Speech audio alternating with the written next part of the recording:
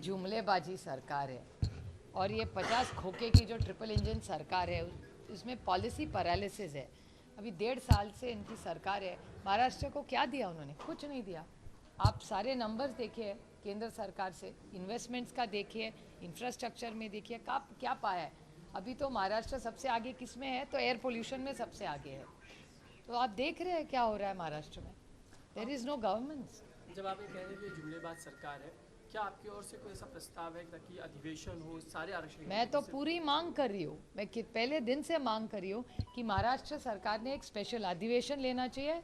धनगर, मराठा, लिंगायत और मुस्लिम समाज का जो आरक्षण है इसके लिए अर्जेंटली यहाँ एक ऑल पार्टी मीटिंग बुलाए और उसी ऑल पार्टी मीटिंग में एक स्पेशल असेंबली का अधिवेशन ले, यहाँ से प्रस्ताव दिल्ली भेजे। दिल्ली में पार्लियामेंट का एक सेशन बुला सकते हैं। हम पूरी ताकत के साथ सरकार के साथ खड़े रहेंगे। अगर मराठा, धनगर, लिंगायत और मुस्लिम समाज को आरक्षण देने का सवाल है तो एनसीपी, राष्ट्रवादी कांग्रेस पार्टी पूरी ताकत से उसके साथ खड़ी रहेगी, जो भी सरकार ये काम करेगी। फिलहाल की हम जो स्थिति देख रहे हैं कि जिस तरह से मराठा समाज के लोग बहुत आक्रामक हैं, कई जगहों पे नेताओं को जाने नहीं दे रहे हैं। अजीत दादा पवार को भी कुछ लोगों ने घिराव किया था और सवाल जवाब किए थे। ये स्थिति महाराष्ट्र में बनती नजर आ रही है।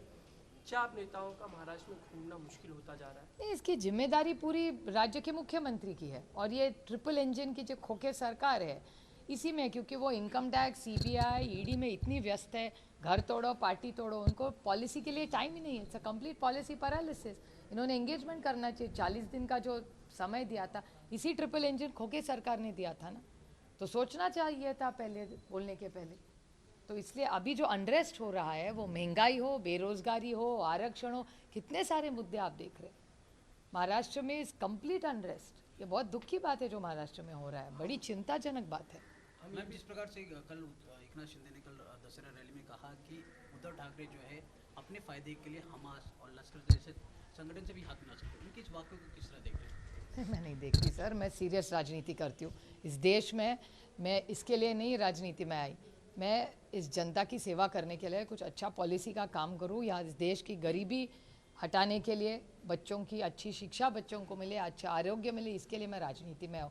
सिर्फ मैं ये जुमलेबाजी के लिए राजनीति में नहीं आई हूँ। कल उद्धव ठाकरे जिस तरह से आके हम आरक्षण दे देंगे, सारी चीज़ें उन्होंने रखी, उस पर बीजेपी के नेता आशीष शेलार और बाकी लोग कहते हैं कि आपकी तो ग्राम पंचायत में भी सरकार नहीं आ सकती, क्योंकि आपने जो जो वादे किए कभी पूरे नहीं किए। आपने कहा कि मुख्यमंत्री एक सामान्य शिवसैनिक होगा, वो तो आपने कभी बनाया ही नहीं। तो फिर मनोहर जोशी जी और नारायण राणे जी क्या थे? इतिहास भूल चुकी है भारतीय जनता पार्टी, वो भ्रष्ट जुमला पार्टी है। इससे तो जुमलेबाजी बोलते रहेंगे, क्या करें और क्या अपेक्षा कर सकते हैं मुझसे। दूसरा हम देख रहे हैं कि खासकर इंडिया अलायंस की बैठक में थोड़ी देर पहले ही खड़गे ये कह रहे थे कि 5 राज्यों के जब चुनाव हो जाएंगे तो हम इंडिया अलायंस की सीट शेयरिंग पे बातचीत करेंगे। दूसरी ओर अखिलेश यादव को हम नाराज़ देखते हैं, सीट शेयरिंग पे बातचीत नहीं हो रही। नहीं, सही है ना। अभी तो हम लोग स्टेट इलेक्शन में सारे फंसे हुए हैं, 5 राज्यों में इलेक्शन चल रहा है, सारे नेतागण उसी में फंसे हुए हैं। तो ऑब्वियसली पहले आदि लग्न कोंडाण्याचा हमारे यहाँ मराठी में कहावत है, वैसे पहले तो 5 राज्यों का इलेक्शन होगा, उसके बाद ही फिर बैठेंगे, क्योंकि अभी सब अपने अपने राज्य में है। सारी पार्टियाँ, हमारी भी, इंडिया अलायंस भी और एनडीए अलायंस भी, आप देखें सारे एमपी चारों साइड से हर किसी को कहीं ना कहीं भेजा है। तो आप अपने इस अलायंस पार्टनर को आप पेशेंस रखने का, सब्र का सलाह पेशेंस दें? का सवाल नहीं है, चर्चा तो होनी चाहिए हमारी तरफ से। ये लोकशाही है तो ये थोड़ा सा इतना तो चलता है ना, और हक भी है। हमारे यहाँ दड़पशाही नहीं है कि यहाँ से आंखें बड़ी कर गई तो सामने वाला बेचारा डर गया, कुछ बोल ही नहीं सकता। ऐसा नहीं है। हमारे यहाँ सबका मान सम्मान इंडिया में होगा। ज़रूर कोई किसी को दुख हुआ होगा, नहीं तो मिसकम्युनिकेशन होगा, बातचीत तो होगी, ज़रूर होगी और ठीक कर लेंगे सब, कोई दिक्कत नहीं उसमें।